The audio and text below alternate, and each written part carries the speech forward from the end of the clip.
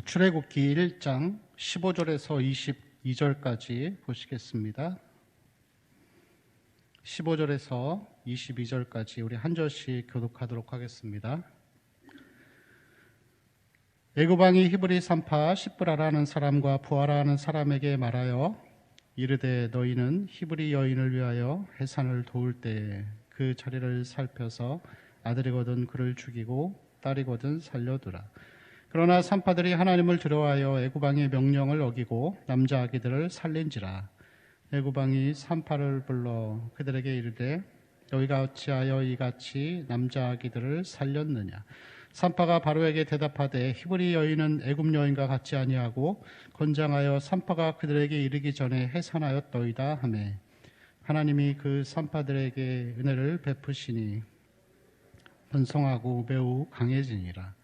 그 산파들은 하나님을 경외하였으므로 하나님이 그들의 집안을 흥왕하게 하신지라. 그러므로 바로가 그의 모든 백성에게 명령하여 이르되 아들이 태어나거든 너희는 그를 나일강에 던지고 딸이거든 살려두라 하였더라. 아멘.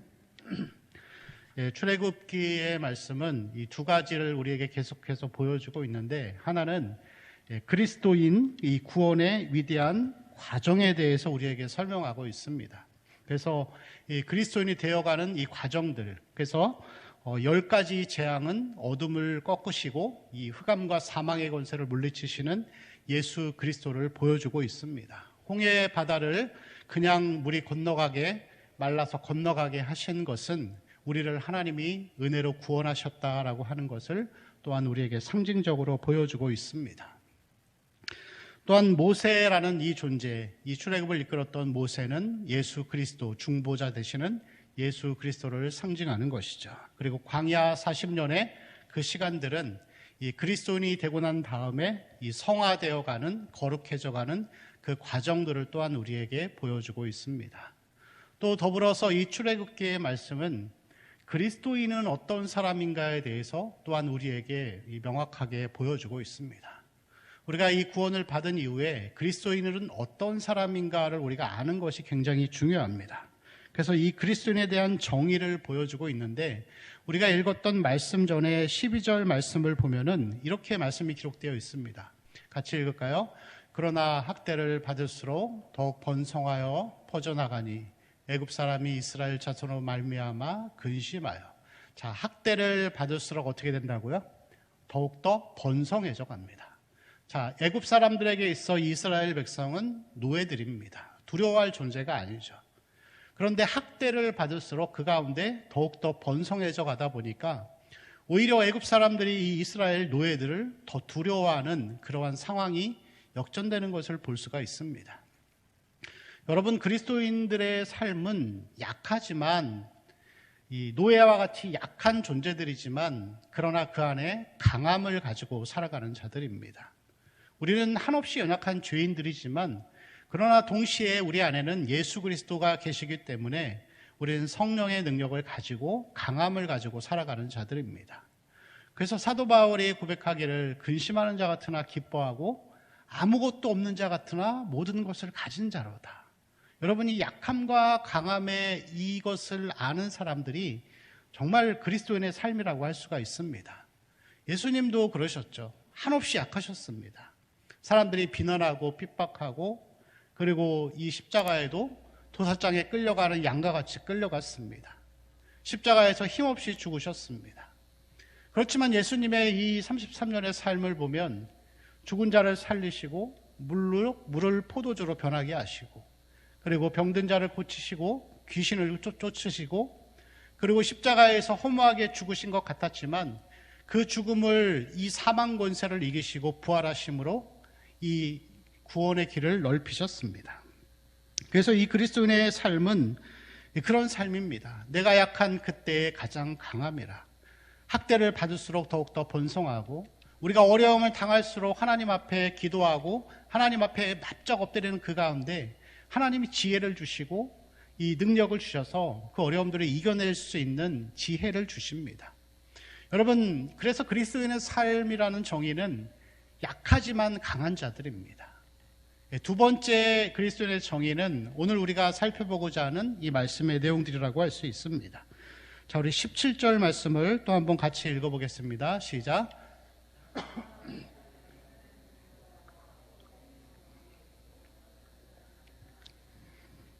예. 17절에 보니까 산파들이 하나님을 두려워했다, 그렇게 기록하고 있죠. 자, 21절도 한번 우리 같이 보실까요? 21절 말씀이요. 예, 그 산파들은 하나님을 경외하였으므로 하나님이 그들의 집안을 흥황하게 하신지라. 자, 17절에서는 하나님을 두려워했다라고 표현하고 있고 21절에서는 하나님을 경외했다라고 그렇게 표현하고 있습니다. 여기서 이 두 단어는 같은 뜻입니다. 그리스도인들은 하나님을 두려워하는 자들입니다. 하나님을 경외하는 자들입니다. 여러분, 여기서 나오는 이 경외라는 단어의 단어적인 정의는 하나님의 권위나 하나님의 거룩하심에 대해서 우리가 그것을 공경하고 두려워한다, 그런 뜻을 담고 있습니다. 하나님의 권위와 거룩하심을 두려워하고 공경하는 것이라고 할 수 있겠죠. 자, 그래서 이 산파들이 하나님을 두려워하니까 이런 행동들을 하기 시작합니다. 16절과 우리 17절 말씀을 또 한번 같이 읽어볼까요? 시작. 이르되 너희는 히브리 여인을 위하여 해산을 도울 때에 그 자리를 살펴서 아들이거든 그를 죽이고 딸이거든 살려두라. 17절이요. 그러나 산파들이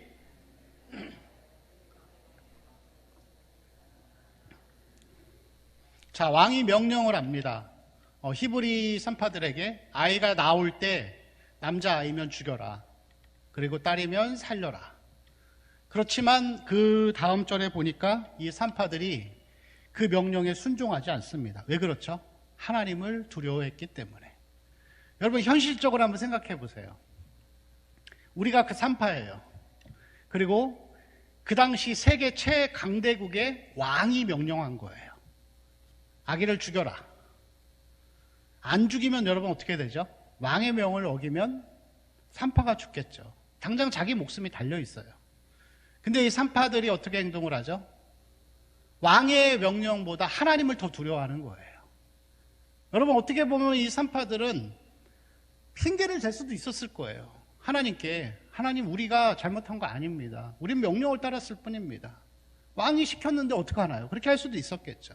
근데 이 히브리 산파들은 좀 더 이렇게 체감되어지는 이 두려움보다도 하나님을 더 두려워하고 하나님의 명령을 더 우선순위에 든 거예요.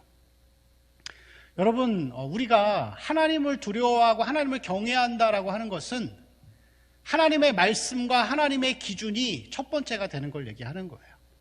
이 현실의 상황 앞에서 내가 이것을 선택하면은 당장의 입을 재정적인 손해, 사람들로부터의 비난, 이런 거 아무것도 따지지 않고 말씀이 원하는 것을 선택하는 거예요. 그게 여러분 하나님을 두려워하고 하나님을 경외하는 것입니다. 이 경외라고 하는 이 단어는 두려움과 굉장히 닮아 있고 같은 단어입니다. 사람들은 이 두려움의 대상이 중심에 있기 때문에 그것을 따라서 삶이 재편되어지고 움직여져 갑니다. 돈에 대해서 사람들이 집착하고 하는 이유가 무엇이죠? 노후에 대한 걱정이에요. 나중에 내가 돈이 없어져서 비참한 삶을 살까 봐에 대한 두려움, 그게 그 중심에 있는 거예요. 하나님보다 그게 더 있는 거예요. 건강에 대한 걱정들, 사람들이 운동을 왜 열심히 하죠? 건강식을 잘 먹으려고 하고 운동을 꾸준히 하는 것은 질병에 대한 두려움이에요. 제가 동원교회를 오기 전에는 청년사역을 오래 했었는데 청년사역을 하다 보니까 시간이 갈수록 이 세대가 좀 그렇게 변하더라고요. 대학생들이 시험 기간이 되면 교회를 안 나와요. 예배도 안 드려요. 그럼 성적이 하나님보다 더 있는 거죠. 더 앞서 있는 거예요. 뭐 청소년들도 마찬가지겠죠. 근데 저는 그렇게 교육을 안 받고 그렇게 자라왔기 때문에 주일날 왜 예배를 빠지지 생각했는데 지금 세대는 그렇지 않더라고요. 중고생들도 마찬가지고 이게 먼저예요. 내게 먼저예요. 근데 여러분, 그러한 삶을 살면서 우리의 자녀들이 믿음 좋은 자녀들로 성장해 간다라는 기대는 버리세요. 네. 모든 일에는 다 대가를 치르게 되어 있습니다. 하나님을 중심으로 여기고 살면 하나님이 그의 삶을 책임져 주세요. 그래서 제가 공부를 해보니까 7일 내내 공부하는 것보다 6일을 공부하고 나면은 하루 쉬는 동안 하나님이 안식하라고 하셨잖아요. 이 하루 쉬는 동안에 내 안에 있는 뒤죽박죽된 지식들이 재편되는 놀라운 그런 효과들을 보기 시작합니다. 그게 공부하는 방법이거든요. 나 그 원리를 모르고 그냥 당장의 이 두려움, 내가 남보다 뒤처질 거에 대한 두려움, 성적이 뒤처질 거에 대한 두려움이 있으니까 먼저 그거를 따라가게 되는 것입니다.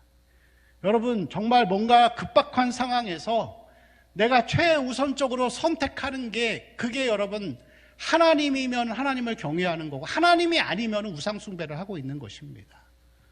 그래서 우리는 항상 우리의 중심에 내가 두려워하고 내가 경외하는 그 존재가 무엇인지, 그것이 하나님인지 아니면 이 주변적인 상황이나 혹은 물질인지 아니면 이 사람들의 시선인지, 그것을 우리는 항상 기억해 봐야 할 줄로 믿습니다. 또한 더불어서 여러분, 하나님을 경외한다라는 것은 하나님을 최우선 순위에 두는 것과 더불어서 말씀에 대한 순종이라고 할 수가 있습니다. 잠언서 1장 7절 말씀을 우리 한번 또 같이 읽어보겠습니다. 시작. 여호와를 경외하는 것이 지식의 근본이거늘 미련한 자는 지혜와 훈계를 멸시하느니라. 자, 여호와를 경외하는 것이 지식의 근본이거늘 미련한 자는 지혜와 훈계를 멸시하는 것이죠. 여러분, 말씀의 성격이 뭐라고 표현하고 있죠? 미련한 자는 지혜와 훈계를 멸시한다. 말씀의 성격은 훈계의 성격을 가지고 있습니다. 물론 여러분, 말씀 안에는 좋은 말씀들도 있어요. 우리 귀에 듣기 좋은 말씀들. 하나님이 사랑하시고 인도하시고 용서하시고 늘 우리를 기다리시고 또 위로해 주시고 채워주시고 다 좋아하잖아요, 누구나. 근데 그것만 있는 게 아니더라고요. 말씀 안에는 우리가 하기 싫어하는 것들도 있어요. 십자가 지는 삶을 살아라, 자기 부인의 삶을 살아라, 회개해라, 뭐 많이 있죠. 원수를 사랑해라. 원수를 사랑해라 라고 했을 때 우리가 그것을 알면서도 때로는 정말 죽고 싶을 정도로 미운 사람이 생기면 그렇게 얘기하죠. 하나님, 내가 저 사람만큼은 용서 못하겠다고. 그렇지만 여러분, 그렇게 말을 할지라도 결론적으로 가서는 하나님의 이 훈계의 성격의 말씀도 실천하려고 애쓰고 몸부림치는 사람이 하나님을 경외하는 사람입니다. 좋은 것만을 취하는 것이 신앙이 아니라 좋지 않은 것, 우리가 힘들어하고 피곤해하는 것들도 그것을 실천하려고 애쓸 때 그것이 하나님을 진짜 경외하는 자의 삶이라고 할 수가 있습니다. 특별히 이렇게 하나님을 경외하는 자들에 대해서 하나님은 보상을 해주십니다. 이 성경의 내용은 우리가 기복신앙은 아니지만 성경은 이 하나님의 이 상급과 보상에 대해서 전혀 부정하지 않습니다. 히브리서 11장 26절을 말씀해 보면은 이런 말씀이 있습니다. 같이 읽어볼까요? 그리스도를 위하여 받는 수모를 애굽의 모든 보화보다 더 큰 재물로 여겼으니 이는 상주심을 바라봅니다. 누가요? 모세가 상주심을 바라봤다라고 그렇게 기록하고 있습니다. 예수님도 그러셨습니다. 예수님도 저는 그 앞에 있는 즐거움을 위하여 십자가를 참으셨다, 그렇게 기록하고 있습니다. 여러분, 우리가 하나님을 경외하고 하나님을 중심에 두고 살다가 보면은 천국에 가서도 보상이 있겠지만 이 땅에서도 하나님이 주시는 위로와 보상들이 있습니다. 20절 말씀 첫 번째 보상이 나오는데요. 20절 같이 읽어볼까요? 시작. 하나님이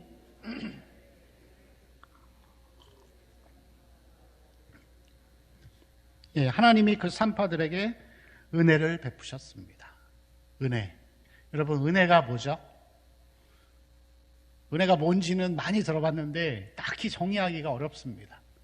근데 제가 이 오늘 말씀을 묵상하다가 이 말씀의 적절한 은혜에 대한 정의를 이렇게 찾아보니까 은혜는 그런 것 같아요. 일상의 삶에서 하나님이 도우시는 섬세한 손길.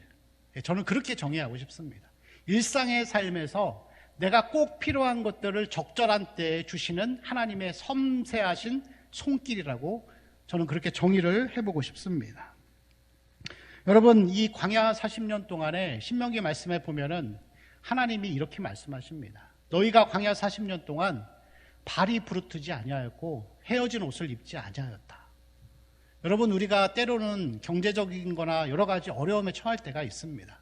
그렇지만 그때마다 하나님은 사람을 통하여서, 아니면 환경을 통하여서 재정을 채우시고 따뜻한 말의 위로를 통하여서 그 어려움들을 잘 이겨나갈 수 있게 해주십니다.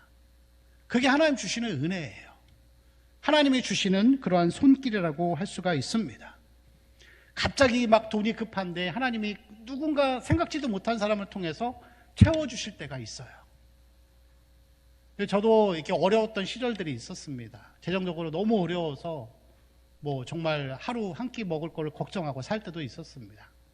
그렇지만 그때에도 하나님께서 나 이거 먹고 싶다 그러면은 누군가를 통해서 이렇게 주시더라고요. 하나님께서 누군가를 통해서 이렇게 채우시는 것을 많이 경험해 왔습니다.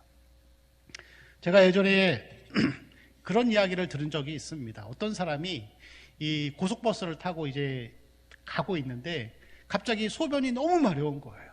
근데 이 고속도로 중간에서 멈출 수가 없으니까 이게 막 큰 불상사가 일어나기 직전입니다. 그러니까 도저히 못 참겠으니까 이 운전기사한테 가가지고 다 필요 없고 나 그냥 여기 내려달라고. 근데 운전기사랑 계속 싸운 거예요. 어떻게 여기 내리냐. 내려줘도 안 되고 내려도 벌금 물겠죠. 그리고 이 사람도 또 이렇게 거기서 어떻게 갈 수 있는 방법도 없는 거예요. 근데 너무 급한 이 생리현상이다 보니까 내려줬습니다. 그리고 내려서 그 사람은 풀숲 어디 들어가서 이제 볼일을 보고 해결을 했죠. 버스기사가 화가 나서 출발해서 가버렸습니다. 근데 그 버스가 가다가 사고가 나가지고 많은 사람들이 죽었어요. 여러분, 그런 게 하나님의 은혜입니다. 우리가 적절한 때에, 우리가 어려움 당할 때 적절한 타이밍에 하나님이 탁 치고 들어오셔가지고 은혜의 손길, 도움의 손길을 딱 베푸시는 거예요. 어떤 사람에게요? 하나님을 경외하는 사람들에게. 하나님을 경외하고 하나님을 두려워하는 자들에게. 또한 이 은혜는 이러한 일상에서의 도움을 넘어서 영적인 은혜들을 우리에게 말씀하고 있습니다. 하나님을 경외하는 자들에게 하나님의 충만한 영적인 은혜들이 있습니다. 제가 어렸을 적에는 기도원에 가면은 여름이고 겨울이고 사람들로 바글바글했습니다. 기도하러 오고 말씀 들으러 오고 사람들이 막 찬양하면서 어느 기도원을 가도 잘 자리가 없었어요. 선풍기밖에 없고 에어컨도 안 나오는 곳에 사람들이 막 모여서 교회고 기도원이고 많은 기도를 하면서 그렇게 좋은 시간들이 있었습니다. 잘 데가 없으면 텐트까지 들고 와서 그렇게 텐트를 치고 그렇게 예배를 드리고 사람들과 교제를 나누고 그랬던 시간들이 있는데 지금은 기도원을 가도 사람들이 없습니다. 여러분, 그때는 있었는데 지금은 왜 없죠? 그때는 그냥 모이기만 해도 좋은 거예요. 말씀 그냥 들어도 좋고 그냥 찬양만 해도 좋은 거예요. 그때는 왜 그랬죠? 하나님 은혜가 풍성했던 거예요. 그런데 시간이 지날수록 하나님을 경외하는 사람들보다 자기 중심으로 살아가는 신앙인들이 많아지다 보니까 하나님의 은혜를 차츰차츰 걷어가시는 거예요. 너희 필요 없구나. 내가 공짜를 줬더니 진짜 공짜인 줄 아는구나 하면서 걷어가시는 거예요. 여러분, 은혜는 물과 같습니다. 제가 아주 어렸을 적에는 이제 환경에 대한 어떤 오염들이 별로 없었는데 시간이 갈수록 이제 물이 오염되고 하다 보니까 TV에서 그런 방송들을 해주는 거예요. 뉴스에서. 이제 앞으로 우리는 물을 사 먹을지도 모른다고. 근데 그게 저는 이해가 안 됐습니다. 물을 사 먹어? 물을 어떻게 사 먹어? 물이 기름보다 비싸진다고? 근데 지금은 그게 현실이잖아요. 우리가 그것을 소중히 여기지 않으니까 그냥 거저 받던 것이 이제는 희귀한 것이 되어가는 거예요. 말씀을 들어도 기도를 해도 은혜가 충만하게 채워지지 않는 것입니다. 왜요? 하나님을 경외하는 자들이 적어져 가니까 그런 것이죠. 우리 마음의 중심에 하나님을 두고 살 때 하나님이 우리에게 영적인 은혜들을 채워주실 줄로 믿습니다. 하나님을 경외하는 자들에게 주시는 두 번째 복은 21절에 나와 있습니다. 같이 읽을까요? 그 산파들은 하나님을 경외하였으므로 하나님이 그들의 집안을 흥황케 하신지라. 흥황하게 하셨다, 그렇게 기록합니다. 이 말씀이 20절 말씀에도 나옵니다. 하나님이 그 산파들에게 은혜를 베푸시니 그 백성은 번성하고 매우 강해지니라. 먼저 백성들이 번성하고 강해지는데 21절에 보면은 하나님이 산파들의 집안을 흥황하게 하셨다, 그렇게 표현하고 있습니다. 이 현대인의 성경을 찾아보면은 20절을 기록한 다음에 21절이 기록이 되어 있지 않아요. 뭐라고 얘기하냐면은 20절을 기록한 다음에 21절이 20절과 같음, 그리고 끝나버립니다. 하나님을 경외하는 자에게 하나님 주시는 복은 흥황케 하는 거예요. 여기서 흥황케 하다라는 이 복은 가족을 주셨다, 자녀들을 주셨다, 그런 의미를 가지고 있습니다. 여러분, 물론 복의 형태는 다양합니다. 이 구약에서는 가족을 이루고 자녀들을 많이 주는 게 최고의 축복이었기 때문에 그것을 복으로 표현했을 뿐이지, 하나님을 경외하며 중심에 두는 자들에게는 하나님이 다양한 형태로 우리에게 많은 것들로 채워주실 줄로 믿습니다. 먼저 우리가 하나님을 경외하고 하나님을 높이는 삶이 되어야 할 줄로 믿습니다. 하나님 나라의 원리가 그렇습니다. 먼저 그의 나라와 의를 구했더니, 먼저 나라와 의를 구하고 하나님을 경외했더니 그 모든 것을 하나님이 더해 주셨습니다. 이 영적인 원리들 우리는 잊지 말아야 합니다. 세 번째, 마지막으로 하나님이 주신 복은 18절과 19절에 나와 있습니다. 같이 읽겠습니다. 시작. 애굽 왕이 산파를 불러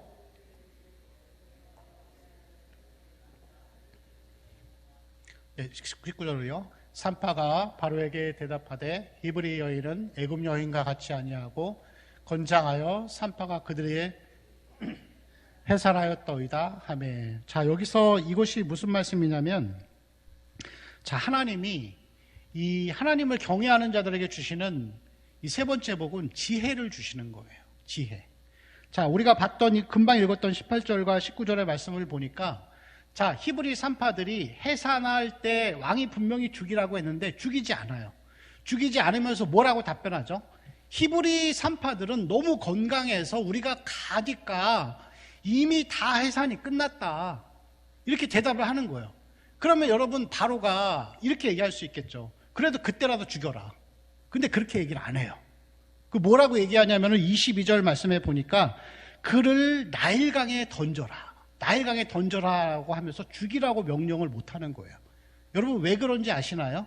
바로가 그렇게 죽이라고 말을 못한 이유가 있는데, 히브리 이 애굽에는 마아트라는 신이 있어요. 마아트. 그게 누구냐면은 태양신의 딸이에요. 이 마아트라는 신의 존재는 세상 질서와 진리에 따라 지배하는 그런 신인데, 이 애굽의 법도 자체가 마아트 신의 법을 따라가요. 그런데 이 마아트 신의 법이 뭐냐면, 그 중에 하나가 출산한 아기를 죽이는 것은 마아트 신의 법에 위배되는 거예요. 그러니까 바로도 어떻게 할 수가 없는 거예요. 그럼 여러분 잘 생각해 보세요. 히브리 산파들이 오히려 애굽의 법을 잘 알고 그것을 간파해서 아이도 살리고 자신도 살릴 수 있는 지혜를 얻은 거예요. 하나님을 경외할 때. 그 당시 최고의 엘리트 교육을 받았던 바로보다도 아이 받는 천한 역할을 했던 이 산파들이 더 지혜로웠던 것입니다. 그래서 여러분, 고린도전서 말씀에 그런 말씀이 있죠. 1장 25절 말씀에 같이 읽을까요? 하나님의 어리석음이 사람보다 지혜롭고 하나님의 약하심이 사람보다 강하니라. 여러분, 지혜로움, 우리가 하나님을 경외하고 하나님 말씀에 순종하며 따라갈 때 놀라운 지혜들을 하나님이 주세요. 이 지혜를 따라서 여러분, 이 세상에 있는 모든 이 문명들은 뭐 역사, 그 가운데 무슨 뭐 과학, 신학, 뭐 이런 모든 것들은 이렇게 하나님을 경외했던 자들의 삶의 토양 위에서 세워진 거예요.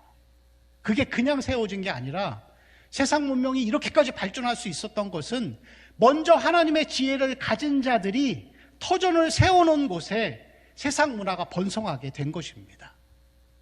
그래서 여러분, 신앙생활을 잘 하시는 분들이나 이 목회자의 자녀들을 보면은 다 이렇게 세상적으로 이렇게 다 훌륭한 사람들이 되는 것을 볼 수 있습니다. 그게 뭐 절대적인 기준은 아니겠지만, 그 왜 그렇죠, 여러분? 그 부모가 하나님의 지혜로 뿌린 거예요. 자녀들에게 뿌리고 주위에 뿌린 거예요. 그리고 그 토대 위에, 하나님의 지혜의 토대 위에 세상의 번성함이 계속해서 나타나는 것이라고 할 수가 있습니다. 여러분, 우리가 우리의 마음 가운데 이러한 하나님의 지혜로 충만하시기를 축원합니다. 여러분, 그렇지만 더 한 단계 나아가서 우리가 하나님을 경외하고 하나님을 두려워하는 이유는 보상 때문이 아닙니다. 그거는 하나님이 주실 수도 있고 안 주실 수도 있어요. 물론 주시면 좋겠죠. 그렇지만 우리가 하나님을 경외하는 이유는 그냥 하나님을 사랑하기 때문에 그렇습니다. 내 중심이 하나님이기 때문에. 하박국이 그렇게 고백하죠. 처음에는 화가 나고 하나님 앞에 섭섭해서 주여 저 악인들은 왜 잘 됩니까? 마음껏 죄 짓고 살고 온갖 악행들을 다 행하는데 왜 잘 먹고 잘 살고 죽을 때까지 번성합니까? 처음에는 그렇게 고백하다가 마지막에는 뭐라고 고백하죠? 무화과 나무가 열매가 없고 포도나무에 열매가 없어도 외양간 송아지 없어도 나는 여호와로 즐거워하리. 여호와로 즐거워하리.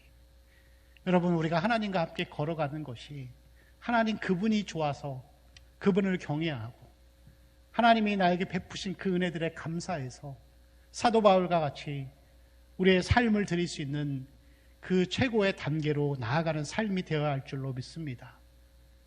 아직도 우리가 어떤 보상을 중심의 목적으로 두고서 하나님을 위해 살아간다고 하는 것은 어린아이의 신앙입니다. 어린 자녀들이 무언가를 얻기 위해서 부모에게 잘 보이려고 하는 것과 비슷한 것이겠죠. 물론 그것도 좋습니다. 그것도 괜찮습니다. 그러나 그것보다 더 훌륭한 단계로 아버지가 너무 좋아서, 하나님이 너무 좋아서 하나님과 함께 걸어가는 삶이 되어야 할 줄로 믿습니다. 여호와를 경외하는 삶, 하나님을 두려워하고 하나님과 함께 걸어가는 그 삶 가운데에서 우리의 삶이 날마다 승리하고 또 능력 가운데 소망 가운데 나아가는 귀한 성도의 삶이 되시기를 축원합니다. 우리 같이 기도하실 때 하나님 주신 말씀을 기억하면서 우리가 하나님을 경외하고 그 가운데 하나님을 위해 살아갈 수 있는 삶이 되도록 그 가운데 많은 보상의 위로를 누리는 삶이 되기를 위해서 같이 기도하시고 또 우리 교회의 모든 기도의 제목